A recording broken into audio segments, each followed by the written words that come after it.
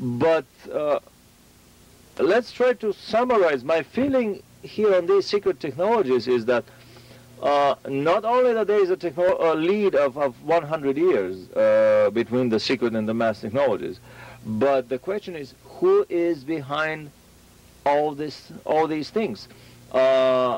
Obviously, the depth of this conspiracy is way more massive than 99% of the conspiracy theorists are willing to admit or to tackle.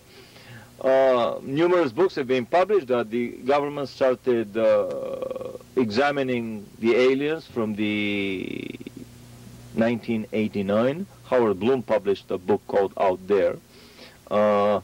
To me, this is a close encounter of the sleazy kind publication. Many would move this much earlier. In the 60s, in the 50s, some diplomatic relations were established with aliens. My feeling is that aliens have been contacting our elite, our scientific, our political elite, all throughout the century, throughout the centuries, and a small handful of people had known about the existence of alien civilizations, had known about the existence of quite advanced alien knowledge, centuries ahead of the knowledge their own society was using. So, I mean, this cooperation has been going on for many centuries. If we turn to the contactee sources, to Billy Meyer, for example, the Pleiadians landed on our planet 180,000 years ago. So for hundreds of thousands of years, these contacts have been going on. And to move the conspiracy even further, my feeling is that these are not uncoordinated, chaotic, unbrokered, how should I say, choreographed contacts. On the contrary, there is the invisible hand, the mastermind hand, that is coordinating all these activities on the planet. And in my opinion, this invisible hand is the celestial. These are the celestial management systems, management hierarchies that elbow each other, that arm twist each other for control of the planet.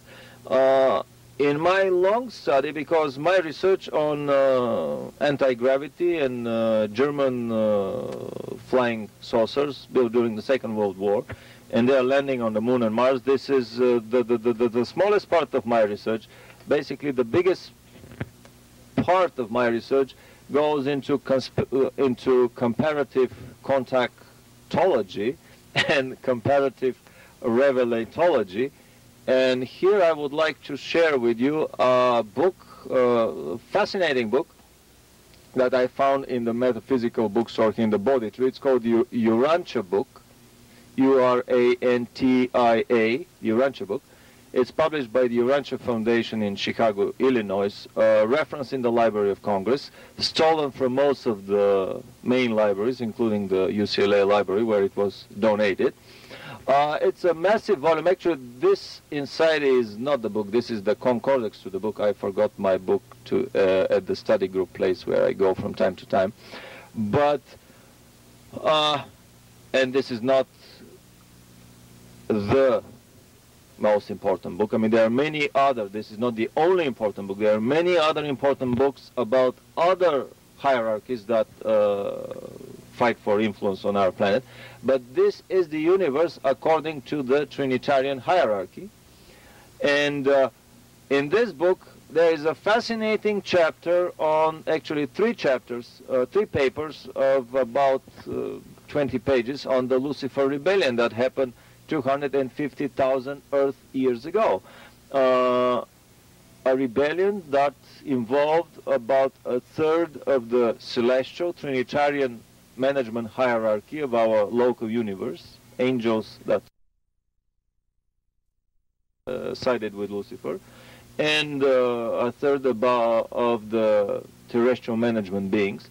Anyway, my feeling is that if one wants to go into the higher levels of celestial conspiratology, we all remember the pyramid on the dollar bill, that the lower two-thirds of the pyramid are made of stones, of bricks, of tangible material matter, but the upper one-third with the all-seeing eye in it is semi-transparent. It's made of almost invisible, etherical, supermaterial matter.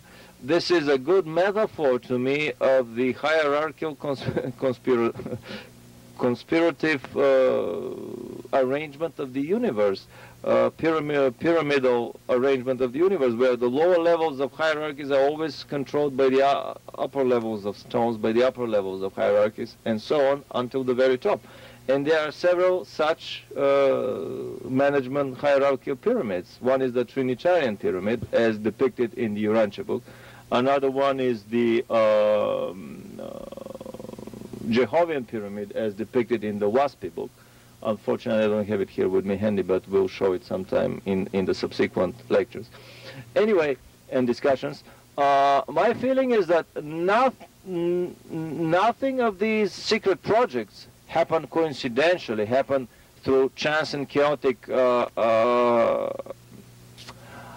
diplomatic treaties and relations with extraterrestrial races. My feeling is that these contacts have been brokered, have been coordinated and orchestrated by the Luciferian hierarchy, because unfortunately 90% of the extraterrestrial contacts with our planet are with races that philosophically stand on the position that is taken by Lucifer in his Lucifer Manifesto, as depicted in the Urantia book.